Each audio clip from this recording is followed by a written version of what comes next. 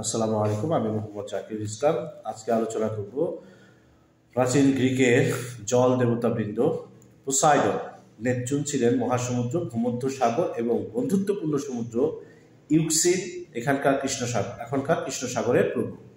পাতালপুরীর নদীসমূহ ছিল তার। ওশান ছিলেন একজন টাইটান। তিনি ছিলেন ওশান নদীর অধিপতি, এক বিশাল নদী যা বৃত্তাবদ্ধ করে আছে মর্তকে। তার স্ত্রী থেটিসও ছিলেন একজন টাইটান।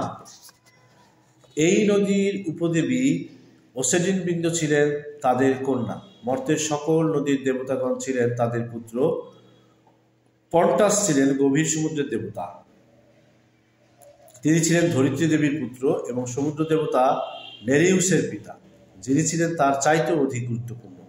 নেরিউসকে বলা হয় সমুদ্রের বৃদ্ধ মানব বা ভূমধ্য সাগর, এক বিশ্বস্ত এবং মার্জিত দেবতা।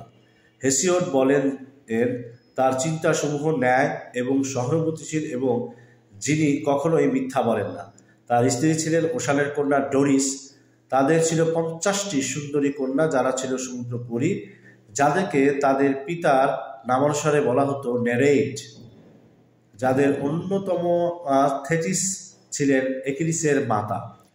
পোসাইডনের স্ত্রী অ্যামফিত্রিতি ছিলেন আরও একজন সমুদ্রপরী।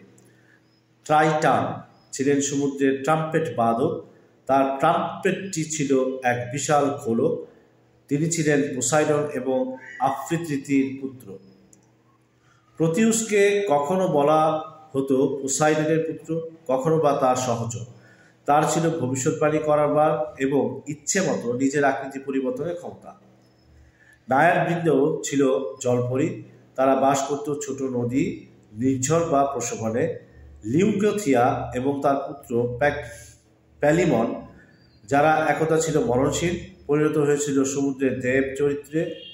একই কথা প্রযোজ্য গ্লুকাসের ক্ষেত্রে, কিন্তু তিনজনই ছিলেন অগুরুত্বপূর্ণ। ধন্যবাদ।